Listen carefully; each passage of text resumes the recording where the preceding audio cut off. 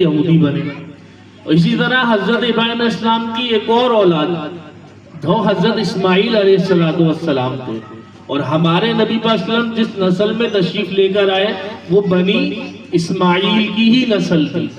تو آج کے ترجمے میں ہمیں یہ سننے کو ملے گا کہ آیا کہ اللہ تعالیٰ نے امامت کا منصب حضرت ابراہیم علیہ السلام کی نسل میں کیوں رکھا؟ وہ بنی اسرائیل ہو یعنی حضرت یعقوب علیہ السلام کی اولاد ہو یا بنی اسماعیل ہو ہمارے نبی پاک علیہ السلام میں، لیکن اولاد ابراہیم سے ہی ان کا تعلق ہے.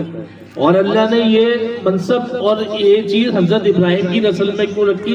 آج کے ترجمے میں ہمیں یہ سماعت کرنے کو ملے گا.